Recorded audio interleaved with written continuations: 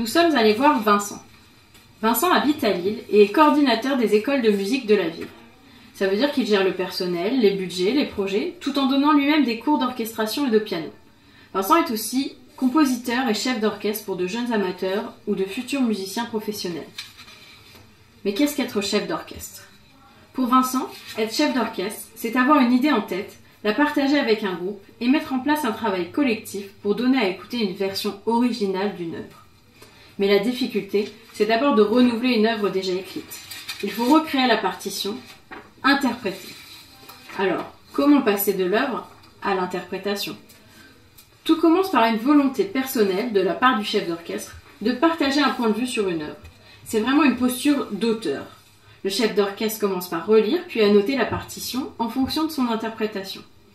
Il envoie ensuite la partition à noter aux musiciens qui, une fois qu'ils l'ont reçue, travaillent chacun de leur côté pour éliminer les problèmes techniques sur leur partie. Ensuite a lieu la première répétition.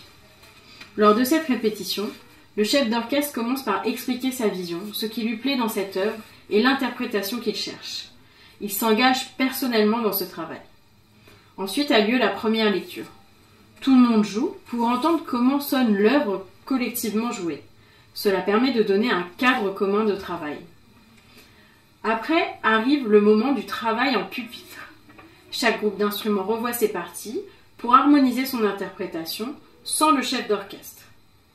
Vient ensuite le temps des répétitions, plus techniques, qui servent à s'accorder sur l'ensemble et à donner la dynamique du morceau. Le chef d'orchestre est le garant de leur bon déroulement. Au fur et à mesure des répétitions, l'interprétation évolue en même temps que chaque musicien se l'approprie. Mais du coup, être chef d'orchestre, est-ce que c'est diriger ou plutôt coordonner un collectif? Le rôle du chef d'orchestre est de définir une vision artistique globale.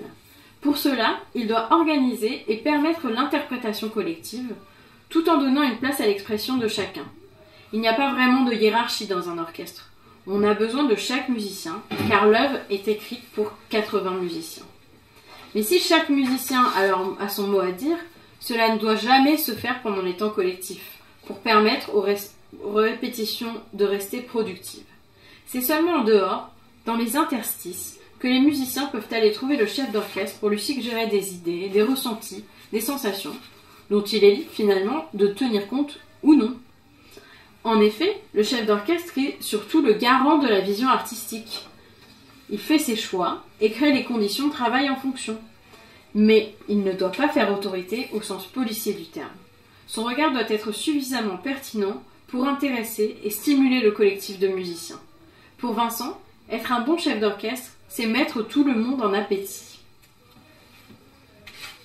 Le travail du chef d'orchestre est très différent selon qu'il travaille avec des musiciens professionnels ou amateurs, mais c'est à lui d'adapter son approche en fonction pour mettre l'ensemble en harmonie.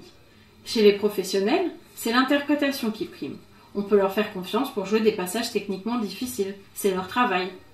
Avec les amateurs, en revanche, le chef d'orchestre doit connaître les difficultés spécifiques à chaque instrument. Certains passages de la partition ne passeront pas, mais le groupe passe avant la musique. C'est au chef d'orchestre d'adapter la partition pour rendre cela possible. Finalement, être chef d'orchestre, c'est avant tout organiser la collaboration. Collaborer signifie travailler de concert avec quelqu'un d'autre, participer avec une ou plusieurs autres personnes à une œuvre commune. Avant, vers les années 1900, le monde de la musique était très hiérarchique. Le chef d'orchestre était le maître tout-puissant et le musicien considéré comme un simple exécutant. Aujourd'hui, ce système n'est plus tenable. Comme dans tout travail, les gens ont besoin d'être reconnus dans ce qu'ils font. Un orchestre, c'est une équipe qui se voit toutes les semaines. C'est un esprit collectif. Le chef d'orchestre est le garant de cette collaboration. Or, collaborer, c'est d'abord reconnaître la qualité des gens qui vont faire avec toi pour réussir à travailler en harmonie.